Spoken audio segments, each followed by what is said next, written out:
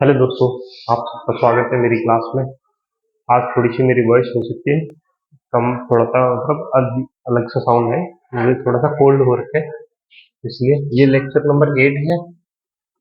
और इसमें आज हमारा जो टॉपिक है वो है वर्क। टॉपिक है वर्क है। इसमें हम work work done bye constant force, energy, form of energy and rate of doing work.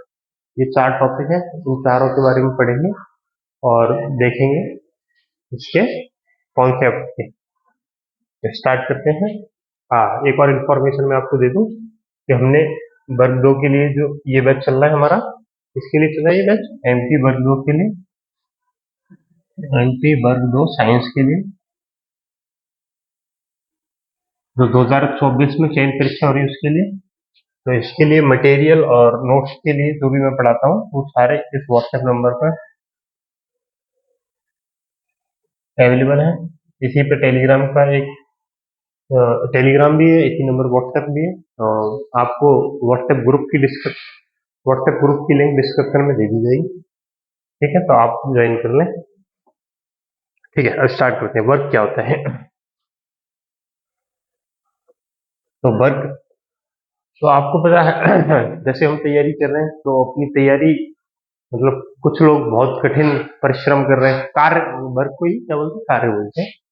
तो कुछ लोग बहुत अच्छे से तैयारी कर रहे हैं, बहुत हार्ड तैयारी कर रहे हैं। एक मजदूर होता है ना, वो बोरे को लेके उठाता है और वहां तक जाता है, तो वो भी एक कार्य कर रहा होता है। एक मजदूर होता है जो मतलब जमीन को खोदता है, डिगिंग करता है, तो वो भी एक वर्क का ही एक वो है। तो जब साइंस के फॉर्मेट की जो हम बात करेंगे, जब साइंस के लैंग्वेज में हम बात करेंगे तो वर्क थोड़ा सा चेंज हो जाता है। वो क्या होता है कि वैसे देखो, मैं एक एग्जांपल से समझाऊं। ये मेरे पास एक, आप इसको देख पा रहे हैं? हाँ, ये आप देख पा रहे होंगे, ये कोई स्टिक है। स्टिक है, इसको मैंने कुछ एक फोर्स से ऐसे डिस्प्लेस करने की कोशिश की। ये डिस्प्लेस नहीं हुआ। ये मान लो बहुत बड़ी चट्टान है ये जो यहाँ रखी हुई है। अब मैं इस पे फोर्स लगा रहा हूँ, ये डिस्प्लेस नहीं हो रही, बट मैंने तो वर्क किया ना कुछ, मैंने तो कुछ काम किया, मैंने एनर्जी लॉस हुई, मैं थका। बट हमारा साइंस के नजरिए से हमारा कोई वर्क नहीं हुआ। साइंस क्या कहता है कि हमने जिस वस्तु पर फोर्स लगाया या बल लगाया, वो जितनी डिस्प्लेस हो जाएगी, बल इनटू चली गई बल की दिशा में चली गई दूरी, ये होता है वर्क या कार्य। तो कार्य का फॉर्मूला क्या होता है?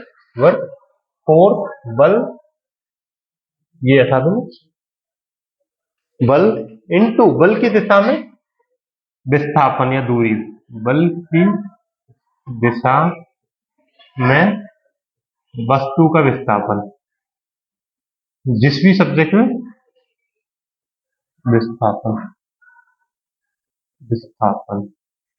तो ये तो होता है, क्या होता है, क्या होता है, कार्य होता है। कार्य इक्वल टू बल, इसी को बोलते हैं वर्क।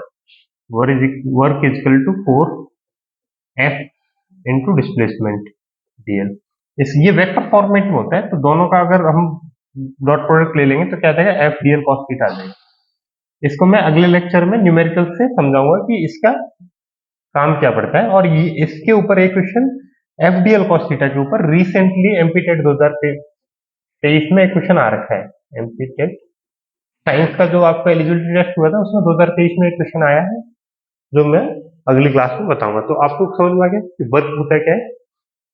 हमने कोई चट्टान को बहुत ज्यादा ताकत लगाई और वो नहीं सरकी, तो साइंस की नजर में उसका वर्क, उस कार्य किया गया, नहीं किया गया। और हम थक जाते हैं ना, हमने तो कुछ कार्य किया पर साइंस नहीं बोलते कि कुछ कार्य किया। इसको आगे हम डिस्कस करेंगे कल, जब न्यूमेरिकल कराऊंगा मैं अगले लेक्चर में। तो अब क्या है? एनर्जी या work done bye constant force, ये और कर लें। तो क्या है? वर्क, कार्य, कार्य कौन सा बल होगा ये? कांस्टेंट को नियत बल के द्वारा किया जाता है। नियत नियत बल द्वारा कार्य, जो हमने फॉर्मूला लिखा है वो यही है। नियत मतलब उसको फोर्स हम चेंज नहीं कर रहे हैं, इसी को बोलते हैं work by constant force. Work by constant force.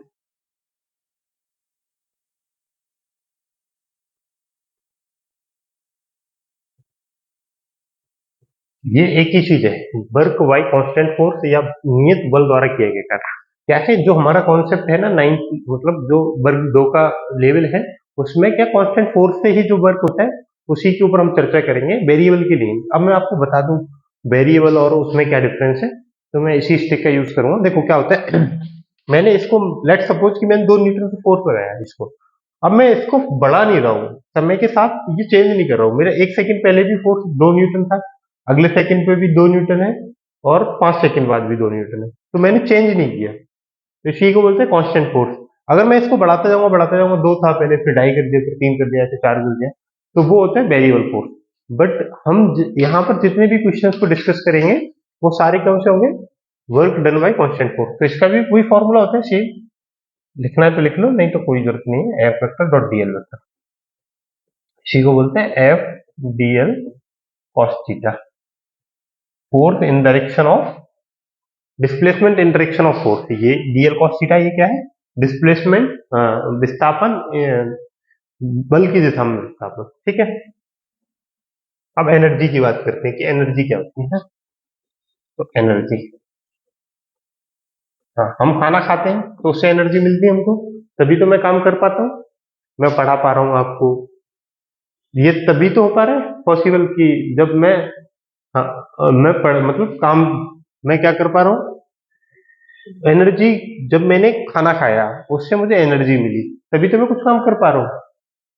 समझ में आया। तो एनर्जी क्या होती है, अगर एनर्जी या इसी को बोलते हैं ऊर्जा, ऊर्जा की अगर कोई डेफिनेशन पूछे कि क्या क्या है क्या एक्चुअल में, तो कार्य करने की क्षमता को हम ऊर्जा बोलते हैं, या ability to do ability to do work is called energy, ability to do work is called energy. तो कार्य करने की क्षमता को हम ऊर्जा बोलते हैं। इसकी कई फॉर्म्स हैं एनर्जी के, एनर्जी काइनेटिक एनर्जी भी होती है, काइनेटिक एनर्जी होती है फॉर्म्स ऑफ एनर्जी, ऊर्जा की अ, अ, ऊर्जा की क्या बोलेंगे, फॉर्म्स ऑफ काइनेटिक एनर्जी,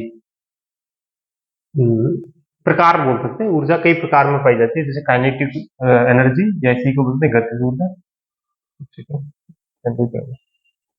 हाँ, ये यहाँ पे गतिज ऊर्जा आ जाएगी, गतिज ऊर्जा। अब इसके बारे में थोड़ा सा चर्चा करते हैं कि गतिज ऊर्जा होती क्या है। तो मैं चला, या पार्टिकल कोई ये पेन है इसको मैंने थ्रो किया, तो इसके पास वेलोसिटी आ जाती है, मतलब स्पीड आ जाती है। तो गतिज ऊर्जा यही होती है कि इसकी वेग और उसका मास का रिलेशन होता है, उसी को बोलते हैं गतिज ऊर्जा। इसका फॉर्मूला क्या होता है, 1/2 mv²। इसको लिख लेना, इंपोर्टेंट फॉर्मूला है ये। इस पे भी 2-3 1-2 क्वेश्चन मतलब आ रखे हैं प्रीवियस ईयर में, अगर आप 2-4 पेपर देखेंगे तो इसमें उनमें से 1-2 पेपर में क्वेश्चन है।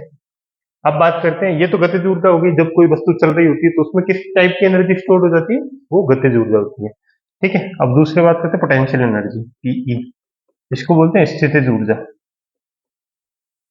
इस ऊर्जा, इसी को बोलते हैं स्थितिज ऊर्जा। अब ये होती क्या है, इसका फॉर्मूला लिख देता हूं पहले, एम जी।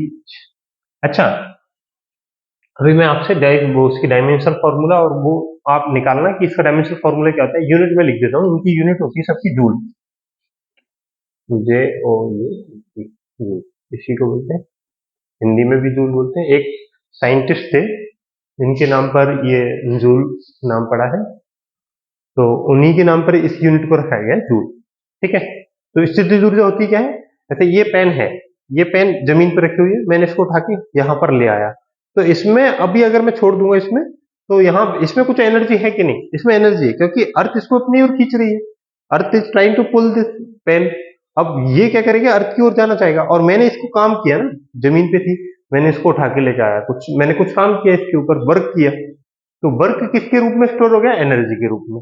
वहां से मैंने उठा के लेके आया, तो वर्क किसके रूप में स्टोर हो गया, एनर्जी के रूप में। अब कौन सी एनर्जी, ये स्थितिज ऊर्जा, क्योंकि रुकी हुई है पेन, तो ये स्थितिज ऊर्जा होती है। या फिर जो डैम बनते हैं, डैमों में पानी रहता है ना, डैम, डैम समझते हो, हाँ, तो उनमें जो पानी रहता है ना, स्टोर हो जाता है बहुत सारा पानी, तो वो स्थितिज ऊर्जा के रूप में स्टोर्ड होता है। कोई पूछे कि डैम में जो पानी स्टोर्ड होता है वो किसके रूप में होता है, स्थितिज ऊर्जा के रूप में। तो एक तो एग्जांपल ये हो गया कि मैं किसी ऑब्जेक्ट को उठा के ग्रेविटेशनल फोर्स के अलोंग, मतलब विपरीत डायरेक्शन में, ग्रेविटेशनल फोर्स इस डायरेक्शन में, मैंने इसके विपरीत डायरेक्शन में उठाया, तो ये मैंने कुछ काम किया इसके ऊपर, तो ये यहाँ तक जाने में क्या हो जाता है, ये गतिज वो स्थितिज ऊर्जा के रूप में यहाँ पर स्टोर होती है इसके अंदर एनर्जी, ठीक है। तो इसका फॉर्मूला क्या होता है, mgh। m क्या है, मास है। g क्या है, ग्रेविटेशनल एक्सीलरेशन है। h क्या है, हाइट है। h को लिखेंगे, क्या लिखेंगे, हाइट। और g क्या है, g है ग्रेविटेशनल या गुरुत्वाकर्षण नियतांक, ग्रेविटेशन, ग्रेविटेशनल कांस्टेंट बोल लो।